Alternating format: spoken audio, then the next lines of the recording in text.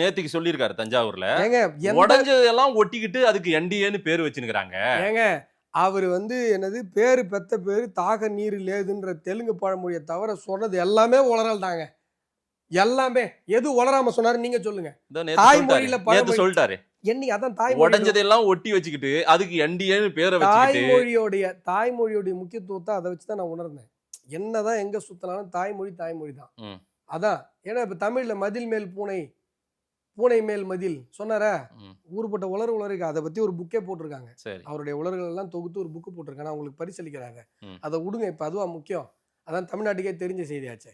இப்போ அவர் என்னைக்கு பதட்டமானார் அப்படின்னா, என்றைக்கு ஐடிசி ஹோட்டல்ல தேசிய ஜனநாயக கூட்டணியினுடைய கூட்டணி வலுப்பெற்று மாண்புமிகு மத்திய உள்துறை அமைச்சர் அமித்ஷா அவர்களும் அதிமுகவினுடைய பொதுச் செயலாளர் எடப்பாடி பழனிசாமி அவர்களும் ஒன்றாக உட்கார்ந்து இந்த பிரஸ் மீட் கொடுத்ததுக்கு அப்புறம் தான் தமிழக அரசியல் களமே மாறுச்சு.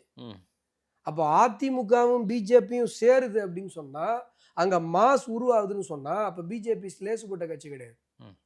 இன்றைக்கு கூட்டணி எப்படா பெருசா பேசப்பட்டுச்சுன்னு சொன்னா, இந்த ரெண்டு கட்சியும் சேர்ந்த உடனே பெருசா பேசப்படுது. இப்ப அடுத்தடுத்து நீங்க பேசுனீங்க சார், யாருமே நான் கூப்பிட்டு பேசுனேன். யாருமே பட்டாசு வெடிக்கலையா சார்? யாருமே கொண்டாடலையா சார்? ஒரு ஆரவாரம் இல்லையா சார்? ரெண்டு கட்சி தொண்டர்களுக்கு உற்சாகம் இல்லையா சார்? அன்னைக்கு உங்க மூஞ்சியை பார்க்கணுமே. ஐயோ அப்படியே பேரஞ்ச மாதிரி இருந்தது. அந்த இந்த வாரிசு இல்லாத சொத்தாச்சே ஆட்டையை போட்டு போயிடலான்னு பார்த்தா பேரன் ஒருத்தன் வந்துட்டானேங்கிற மாதிரி இருந்தது உங்க மூஞ்சி. உங்க மூஞ்சி மட்டும் இல்ல, ஸ்டாலின் அவர்களுடைய மூஞ்சி, உதயநிதி ஸ்டாலின் அவர்களுடைய மூஞ்சி, நீங்க உளறதை பார்த்தே தெரியுது. உங்களுக்கு தோல்வி பயம் வந்துருச்சு. நீங்க முன்னாடி என்ன சொன்னீங்க? நாங்க தான் 2வது முறை ஆட்சியில் அமைக்க போறோம்னு சொன்னீங்க. இப்ப என்ன சொல்றீங்க? இல்ல அவங்க ஆட்சி அமைத்தார்கள் என்றால் பாஜக தான் ஆளும் அப்படின்னு சொல்ல ஆரம்பிச்சிட்டீங்க. நாங்க ஆட்சி அமைக்க போறோம்னு உங்களுக்கு தெரிஞ்சிச்சு.